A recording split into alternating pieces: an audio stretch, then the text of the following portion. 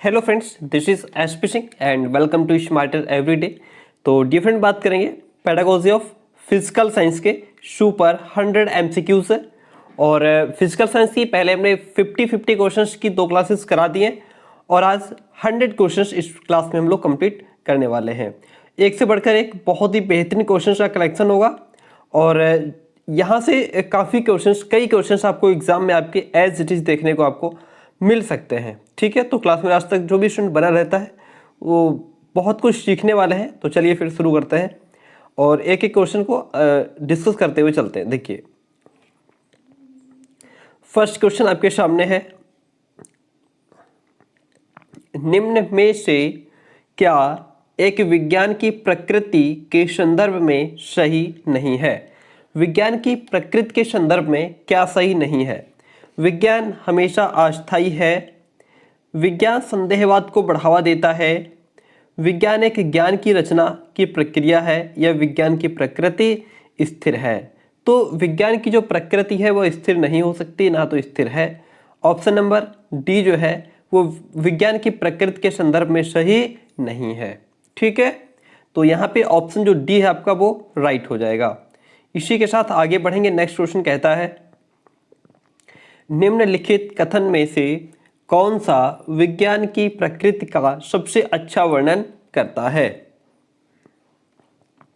वैज्ञानिक अपने कार्य में पूर्ण रूप से निष्पक्ष होते हैं। वैज्ञानिक विधि अनुसंधान के संचालन के लिए एकमात्र मार्गदर्शिका है। विज्ञान विश्वासों की एक प्रणाली है, या विज्ञान प्रकृति में सामाजिक है? तो इसमें से कौन सा ऐसा कथन है जो विज्ञान की प्रकृति का सबसे अच्छा वर्णन करता है? तो आपको पता होगा ऑप्शन नंबर बी जो है वो आपका राइट है। वैज्ञानिक विधि अनुसंधान के संचालन के लिए एकमात्र मार्गदर्शिका है। ऑप्शन नंबर जो बी है आपका वो राइट वन और सटीक आंसर है। विज्ञान की पाठ्यचर्या में संज्ञानात्मक वैधता का अर्थ क्या है? पाठ्य वस्तु की तुच्छीकरण, विज्ञान के उचित मजेदार तत्वों को शामिल करना, विज्ञान की अवधारणाएं समय के साथ कैसे विकसित होती हैं, इनका समावेश, शिक्षार्थियों के संज्ञानात्मक स्तर के अनुसार सामग्री का समायोजन। इस 4 ऑप्शन आपके सामने है। राइट वन इसमें से आपका क्या हो जाएगा? Option D. विज्ञान की पाठ्यचर्या में संज्ञानात्मक वैधता का अर्थ है फिर शिक्षार्थियों के संज्ञानात्मक स्तर के अनुसार सामग्री का समायोजन करना। किस तरीके की जो शिक्षार्थी हैं, जो सीखने वाले स्टूडेंट हैं, विद्यार्थी, उनके संज्ञानात्मक स्तर जो है उसके अकॉर्डिंग जो विज्ञान की जो पाठ्यचर्या है उसमें बदलाव लाना। क्वेश्चन नंबर 4 कहता है, कक्षा में प्रदर्शनों का उपयोग मुख्य रूप से शिक्षार्थियों को शामिल करता है। प्रदर्शनों का जो उपयोग है वह शिक्षार्थियों को शामिल करता है दृश्य, श्रवण और गतिबोधक सीखने में। श्रवण और गतिबोधक सीखना, दृश्य और श्रवण सीखना, केवल दृश्य सीखना। तो यहाँ पे आपका ऑप्शन नंबर सी जो है राइट हो जाएगा, क्योंकि यहाँ पे बालक दृश्य और श्रवण दोनों काम कर रहा है, वो देख भी रहा है, सुन भी रहा है ना। जो भी कक्षा में प्रदर्शन होंगे उसका मुख्य रूप से शिक्षार्थियों को क्या शामिल करता है, यानी कि बालक यहाँ पे देख भी पा रहा है और श्रवण सुन भी पा रहा है। ठीक है, ऑप्शन सी आपका राइट हो जाएगा। पाठ्य योजना में सबसे पहले क्या निर्धारित किया जाता है? उद्देश्य, प्रणाली, गृह कार्य या पाठ्य वस्तु? तो कोई भी लेसन प्लान है या पाठ्य योजना है उसमें सबसे पहले उद्देश्य निर्धारित किए जाते हैं। क्या निर्धारित किए जाते हैं? उद्देश्य। ऑप्शन नंबर जो ए है आपका वो राइट आंसर है हो जाएगा। प्रकृति के लिए विज्ञान की मान्यता क्या है? संभावना, वास्तविकता, अंतरिम या अनिश्चित? राइट वन इज वास्तविकता। ठीक है, प्रकृति के लिए विज्ञान की मान्यता क्या है? वास्तविकता। ऑप्शन बी आपका राइट हो जाएगा। सृजनात्मक छात्रों की विशेषता है वैचारिक लचीलेपन का अभाव होता है, जिज्ञासु होते हैं, समस्याओं से अनभिज्ञ होते हैं, या फिर बुद्धि का अभाव होता है। तो जाहिर सी बात है जो सृजनात्मक छात्र होगा वह जिज्ञासु होगा, हर चीज को जानने का प्रयास करेगा। ऑप्शन बी जो है वो आपका राइट आंसर हो जाएगा। पूर्ण आंतरिक परावर्तन संभव है जब प्रकाश चलता है। वायु से जल में, वायु से कांच में, जल से कांच में, या कांच से जल में? Right one is option D, कांच से जल में। ठीक है, पूर्ण आंतरिक परावर्तन संभव है जब प्रकाश कांच से जल में चलता है। यदि कोई वस्तु एक समान वृत्ति गति से गुजरती है तो उसका क्या होगा? त्वरण एक समान हो जाएगा या वेग परिवर्तन हो जाएगा? गति में परिवर्तन रहता है या वेग एक समान रहता है? तो ऑप्शन नंबर यहाँ पे जो बी है वो ज़्यादा बेस्ट ऑप्शन है, बाकी ए भी सही हो सकता है, लेकिन हम बी को चूज करेंगे। B is the best one, ठीक है, वेग परिवर्तन, option B is the right one. Next question कहता है एक कण स्वतंत्र रूप से घूम रहा है, फिर इसकी गतिज ऊर्जा हमेशा शून्य से अधिक होती है, स्थितिज ऊर्जा शून्य से अधिक है और गतिज ऊर्जा शून्य से कम, स्थितिज ऊर्जा शून्य से कम है और गतिज ऊर्जा शून्य से अधिक, स्थितिज ऊर्जा शून्य है और गतिज ऊर्जा शून्य से कम है। चार ऑप्शन आपके सामने है, राइट वन इसमें से आपका ए हो जाएगा। एक कण स्वतंत्र रूप से घूम रहा है, फिर इसकी गतिज ऊर्जा हमेशा शून्य से अधिक होती है। क्वेश्चन नंबर 11 कहता है किसी वस्तु को अवतल दर्पण के फोकस पर रखा जाता है तो प्रतिबिंब कैसा बनेगा? प्रतिबिंब आपका वास्तविक, उल्टा, अनंत और अत्यधिक बड़ा बनेगा। प्रतिबिंब कैसा होगा? वास्तविक, उल्टा, अनंत पर अत्यधिक बड़ा। Option D is the right one. NCF 2005 के अकॉर्डिंग विज्ञान की अच्छी शिक्षा होनी चाहिए। शिक्षार्थी के लिए सत्य, शिक्षार्थी के पर्यावरण के लिए सत्य, उपरोक्त सभी या विज्ञान के लिए सत्य। तो यहाँ पे ऑप्शन नंबर आपका जो है ये शिक्षार्थी के लिए सत्य भी होनी चाहिए, शिक्षार्थियों के पर्यावरण के लिए भी सत्य हो और विज्ञान के लिए भी सत्य हो। इसलिए ऑप्शन जो सी है आपका उपरोक्त सभी, हालांकि डी की जगह होना चाहिए था, वो सही हो जाएगा। दूध की पीएच प्रकृति क्या है? निम्न अम्लीय।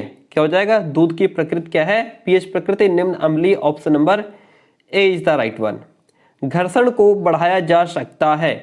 तेल का प्रयोग करके हम घर्षण को बढ़ा सकते हैं? जी नहीं, कभी नहीं, उससे तो कम ही हो जाएगा। सतहों पर नमी के द्वारा? नहीं। खुरदरी सतहों द्वारा या इन सभी के द्वारा? तो जाहिर सी बात आपको पता होगा, घर्षण को, फ्रैक्शन को हम खुरदरी सतहों के द्वारा बढ़ाया जा सकता है। निम्न में कौन सा पदार्थ जल में नहीं घुलता है? दूध, शहद, अल्कोहल या तेल? कौन सा पदार्थ नहीं घुलता है? तो आपका जो तेल है वह जल में नहीं घुलता है। Option D is the right one. निम्न में से उत्क्रमणीय परिवर्तन कौन सा इसमें से नहीं है? जल से भाप, लोहे का पिघलना, केरोसिन का जलना, भाप का संघनन। चार ऑप्शन आपके सामने है, राइट इसमें से क्या हो जाएगा? तो राइट हो जाएगा केरोसिन का जलना। उत्क्रमणीय परिवर्तन कौन सा नहीं है? तो केरोसिन का जलना जो है ये उत्क्रमणीय परिवर्तन के अंतर्गत नहीं आता है। किसके जलने से सबसे अधिक वायु प्रदूषण होता है? किसके जलने से? कोयला, कोयला के यहाँ पे अगर आप कोयला के जलने से वायु प्रदूषण अधिक होता है। सीएनजी, एलपीजी और हाइड्रोजन, इनको छोड़कर के कोयला जो है, कोयले के जलने से वायु प्रदूषण अधिक होता है। नेक्स्ट वन इज निम्न में से कौन पदार्थ विद्युत का सबसे अच्छा चालक है? कौन सा पदार्थ है जो विद्युत का सबसे अच्छा चालक है? चांदी जो है वह विद्युत का सबसे अच्छा चालक हो जाएगा। नेक्स्ट वन इज वायु का बुलबुला जल में किस तरह व्यवहार करेगा? उत्तल लेंस की भांति, अवतल लेंस की भांति, समतल लेंस या फिर उत्तल लेंस की भांति। चार ऑप्शन आपके सामने है, राइट वन क्या हो जाएगा? अवतल लेंस की भांति। क्या हो जाएगा? वायु का जो बुलबुला है वह जल में अवतल लेंस की भांति व्यवहार करेगा। Option B is the right one. 20 number question कहता है हार्वर्ड की पाठ्योजना का चरण निम्न में से कौन सा नहीं है? तैयारी, प्रस्तुतिकरण, अनुप्रयोग या फिर विश्लेषण। राइट वन इज विश्लेषण। क्या हो जाएगा? विश्लेषण। हार्वर्ड की पाठ्योजना का चरण कौन सा नहीं है? विश्लेषण जो है यह हार्वर्ड की पाठ्योजना का चरण नहीं है। Option D is the right one. भौतिक विज्ञान के अध्यापक को अपने शिक्षण को अधिक स्पष्ट, स्थायी एवं प्रभावपूर्ण बनाने के लिए किसका प्रयोग करना पड़ता है? वास्तविक वस्तु का, चित्र का, मॉडल स्लाइड का या फिर इन सभी का? तो अगर फिजिक्स के टीचर को अपने टीचिंग को और ज़्यादा इफेक्टिव बनाना है, प्रभावपूर्ण बनाना है, क्लियर बनाना है, तो उसके लिए उसे क्या करना होगा? वास्तविक वस्तु का भी यूज़ करना होगा, चित्र को भी का भी यूज़ करना होगा, मॉडल और स्लाइड का भी यूज़ कर सकते हैं। तो ये उपयुक्त सभी हो जाएगा। ऑप्शन नंबर आपका जो डी है वो राइट हो जाएगा। इनमें से कौन ऐसा आशुचरित साधारण उपकरण का उदाहरण नहीं है? गुरुत्व केंद्र नहीं है। ऑप्शन सी आपका राइट वन आंसर हो जाएगा। कौन सा उपकरण भौतिक विज्ञान शिक्षण में सहायक नहीं है? सरल कमानीदार तुला, साधारण वायुदाब मापी, ग्लोब या स्प्रिंग। कौन सा उपकरण भौतिक विज्ञान शिक्षण में, भौतिक विज्ञान को पढ़ाने में कौन सी चीज़ यहाँ पे है जो कम से कम यूज में आती है? तो ग्लोब जो है वो इसका सहायक नहीं है, ग्लोब यूज में नहीं आता है, ठीक है, वो तो उसका भूगोल के यूज के लिए है, ज्योग्राफी के लिए है, ठीक है। सरल कमानीदार तुला ये भी भौतिक विज्ञान के शिक्षण में आता है। साधारण वायुदाब मापी भी आता है, स्प्रिंग तुला भी आती है। ग्लोब जो है फिजिक्स के यूज में नहीं आता है। सर्वप्रथम वस्तुनिष्ठ परीक्षा का लिखित रूप में निर्माण किसने किया था? हेरासमैन ने किया था। सर्वप्रथम वस्तुनिष्ठ परीक्षा का लिखित रूप में निर्माण करने वाले कौन थे? हेरासमैन थे। परीक्षण की रचना किसने की थी? गॉल्टन कैटल ने, जॉर्ज फिशर ने, हेरासमैन ने या फिर थॉर्नडाइक ने? तो यहाँ पे हो जाएगा आपका गॉल्टन और कैटल ने। Option A is the right one. Galton और कैटल ने, option A is the right one. प्रयोगशाला विधि को अनिवार्य करने से छात्रों के विकास में होने वाले लाभ कौन कौन से होंगे? तर्क शक्ति का विकास, जी हाँ राइट है। वैज्ञानिक दृष्टिकोण का विकास, ये भी ऑप्शन आपका सही है। सामाजिकरण का विकास, ये भी बात सही है। जब सारे सही है तो फिर हम ऑप्शन नंबर डी को टिक कर देंगे। ओके, आगे बढ़ जाते हैं। क्वेश्चन नंबर 27 को देखते हैं। सामान्य भौतिक विज्ञान प्रयोगशाला के लिए कौन सी सामग्री आवश्यक है? इसमें कौन सी सामग्री आवश्यक है? तो इसमें आवश्यकता के अनुसार मेजें भी चाहिए, ब्लैक बोर्ड भी चाहिए, अलमारियां भी चाहिए। तो फिर option number D is the right one. यदि किसी तरल पर दाब पड़ता है तो उसका क्वथनांक क्या होगा? घटेगा, बढ़ेगा, बदलेगा, नहीं बदलेगा? क्या होगा? बढ़ता है। जब किसी तरल पर दाब पड़ता है तो उसका क्वथनांक बढ़ता है। ऑप्शन बी आपका राइट वन हो जाएगा। निम्न में कौन सा विज्ञान में अनुरूपता विधि का एक चरण है? समानताओं का चित्रण। Option B is the right one. कौन सा विज्ञान में अनुरूपता विधि का एक चरण है? समानताओं का चित्रण। Option B is the right one. कौन सी धातु वायु में रखने पर जल उठती है? सोडियम। सोडियम जो है, इस धातु को वायु में रखेंगे तो यह जल उठेगी, ठीक है। ऑप्शन आपका जो बी है वो राइट हो जाएगा। जूते के सोल असमतल क्यों किए जाते हैं? जूते की जीवन बढ़ाने के लिए, जी नहीं, ऑप्शन आपका गलत है। जूते को और मजबूती देने के लिए, ये भी ऑप्शन गलत है। जड़त्व तो घटाने के लिए कि बढ़ाने के लिए? इसमें से एक ऑप्शन आपका राइट है, जो कि होगा आपका डी, जड़त्व तो बढ़ाने के लिए, ठीक है। सोल असमतल क्यों होते हैं? जड़त्व तो बढ़ाने के लिए। Option D is the right one. और फिर क्वेश्चन कहता है अगला, एनसीएफ 2005 के अकॉर्डिंग अच्छी विज्ञान शिक्षा जीवन के प्रति सत्य होती है, इसका क्या अर्थ है? तो इसका आपका जो अर्थ है वो ऑप्शन नंबर बी हो जाएगा। विज्ञान बालक को कार्य की दुनिया में प्रवेश हेतु तैयार करे, ठीक है। ऑप्शन बी जो है आपका वो राइट वन ऑप्शन हो जाएगा।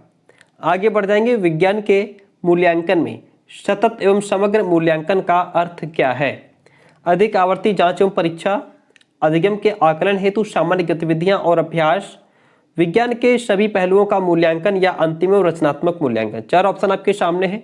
राइट वन इसमें से आपका हो जाएगा ऑप्शन बी, अधिगम के आकलन हेतु सामान्य गतिविधियां और अभ्यास। Option B is the right one. ऊष्मीय मान की एसआई इकाई है। ऊष्मीय मान की एसआई इकाई क्या है? जूल प्रति किलोग्राम, किलो कैलोरी प्रति किलोग्राम, किलो जूल प्रति किलोग्राम या फिर किलोग्राम? तो यहाँ पे आपका ऑप्शन सी, किलो जूल प्रति किलोग्राम। ऊष्मीय मान की एसआई इकाई क्या है? किलो जूल प्रति किलोग्राम। ऑप्शन सी आपका राइट हो जाएगा। राष्ट्रीय पाठ्यचर्या 2005 के अनुसार अच्छी विज्ञान शिक्षा होनी चाहिए। कक्षा कक्ष संस्कृत के प्रतिनिष्ठ, विज्ञान शिक्षक के प्रतिनिष्ठ, बच्चे के प्रतिनिष्ठ या विद्यालय के वातावरण के प्रतिनिष्ठ? Option C is the right one, बच्चे के प्रतिनिष्ठ, ठीक है। अच्छी विज्ञान शिक्षा होनी चाहिए बच्चे के प्रतिनिष्ठ, यानी कि ऑप्शन नंबर आपका सी जो है वो सही हो जाएगा। सीखना एक तरह के व्यवहार का क्या है? संशोधन है, बचाव है, विस्तार है, प्रसार है? राइट वन इज संशोधन है। सीखना एक तरह के व्यवहार का संशोधन है। जब तक हम सीखेंगे तो हमारे व्यवहार में परिवर्तन, जब हम सीखते हैं तो हमारे व्यवहार में परिवर्तन होने लग जाता है। विज्ञान के बारे में निम्न में से कौन सा कथन गलत है?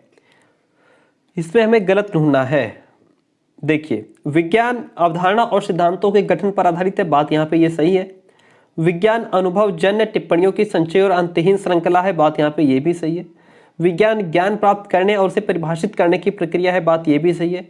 विज्ञान चारों ओर घटित होने वाली घटनाओं का सार है। तो यहाँ पे ये जो ऑप्शन है ये आपका विज्ञान के बारे में गलत है, ठीक है। ऑप्शन डी, इसको हम टिक कर देंगे, यही आपका ऑप्शन यहाँ पे सही है। कौन विज्ञान के मॉडल का घटक नहीं है? गोंद विवरण पूर्वानुमान निर्माण का स्पष्टीकरण। यहाँ पे राइट वन ऑप्शन आपका हो जाएगा गोंद। गोंद जो है विज्ञान के मॉडल का कोई भी घटक यहाँ पे नहीं है। आगे बढ़ेंगे। बच्चों में समझ विकसित करने की सबसे अच्छी विधि कौन सी है? तो सबसे अच्छी विधि आपकी हो जाएगी वैज्ञानिक प्रयोग करने में उनकी मदद करें।